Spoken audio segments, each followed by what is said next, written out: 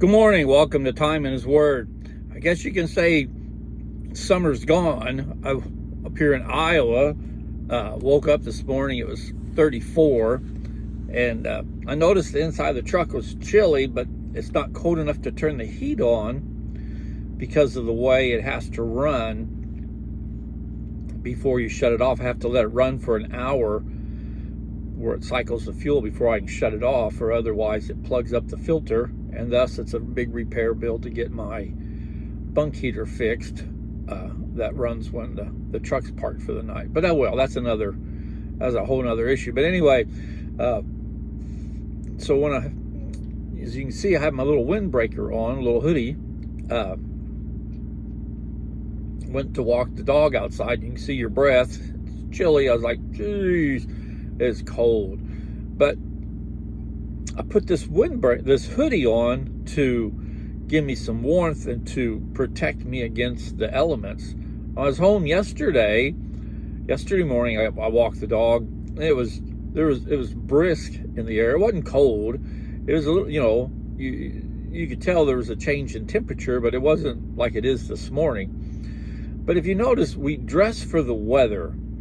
The winter time, as it gets colder, depending on where you live at, you learn to layer clothes, which I did when I worked in North Dakota. I got pretty good at it. And the idea there is you can always take clothes off. You can always add clothes, or take them off as you need it. And the idea is not to sweat in the northern states in the wintertime, because you don't want to be sweating, because then that's bad. So that's why I say you learn to layer clothes. And it's the same no matter where you live. You dress according to the weather in the wintertime, especially. Heavy coats, gloves, hats, so forth.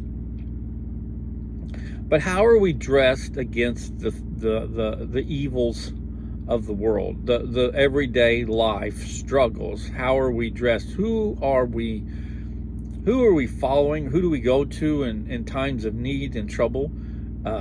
If you're a Christian, that's a simple answer. We go to God in prayer. But if you're a non-believer, how do you answer that question? I've never heard one of them give me an answer as to who they go to when things get rough.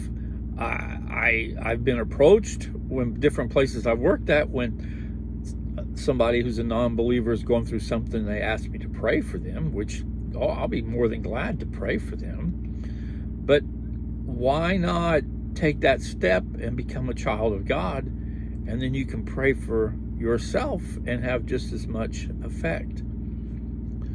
But that falls back to, like I say all the time, our choice. We get to choose whether or not we want to follow him. This morning I was looking at passages, and Ephesians, the 6th chapter, tells us how to dress to combat against Satan and the evils of the world. And it says, Ephesians 6:10 through 12, finally be strong in the Lord and in the strength of his might.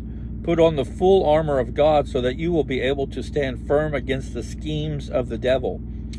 For our struggle is not against flesh and blood, but against the rulers, against the powers, against the world forces of this darkness, against the spiritual forces of wickedness in the heavenly places. So this passage is telling me that we're going to have a constant spiritual battle between evil and good. There's no way around it. That's just life. But it's also telling me to put on the full armor of God so that I'll be able to win this battle. Well, what's the full armor of God? To me, it's daily studying of the Bible, daily prayer, daily seeking him out as to what we should be doing to serve him. That to me is part of the full armor of God. There's other passages that talk about the helmet and the shield and all that, but they're so long and they're hard to use in a short context like this. But this passage touches on that, but it tells us what to do to put on the full armor of God. So as you prepare for the day, are you putting on the full armor of God to combat whatever you're going to encounter today in the spiritual world. And a lot of times we don't even realize we're in a spiritual fight or struggle with Satan because he's so sneaky and manipulative. But it's there. It's a constant reminder that it's there. We can look around and just see the evils of the world and see that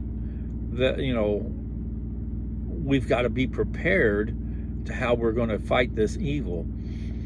So as you get ready to take on the day, don't forget to put on his armor, much like you wouldn't forget to put on a jacket when it's a little bit of a nip in the air to keep warm.